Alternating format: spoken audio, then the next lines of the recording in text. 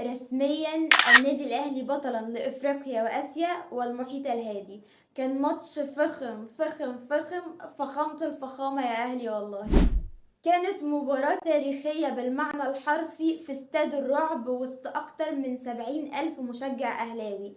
الاهلي بيقسو العين الاماراتي بثلاثية مع الرأس. العين ما بتعلاش عن الحاجب، فاذا كنتوا انتوا العين فالاهلي الحاجب. الاهلي بيحول كل احلام العين الاماراتي لكابوس بالمعنى الحرفي.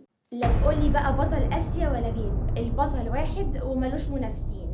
لعيبه الاهلي النهارده كانت تعزف والباقيه تستمع. وسام ابو علي، امام عاشور، مروان عطيه، كوكا، اداء عالمي. طاهر محمد طاهر بيقدم نسخة مرعبة. كولر عمل مباراة النهاردة تكتيكية من الطراز الأول.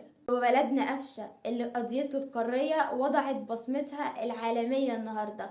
بالرغم من النتيجة احنا ضيعنا فرص كتير ممكن تخلص المباراة بنتيجة كارثية بالمعنى الحرفي. كده كده الأهلي طول عمره كعبه عالي على كل أندية الخليج، لكن فعلا مباراة النهاردة كانت كافية تنسي أي حد أي حاجة مضايقاه وتخليه بس قاعد مستمتع بالعظمة اللي بتحصل. واحنا كجمهور الاهلي مش هنعتبر دي غير مجرد بداية لموسم تاريخي بإذن الله. وللي ما يعرفنيش فانا جنى وائل بنت الاهلي وبس كده.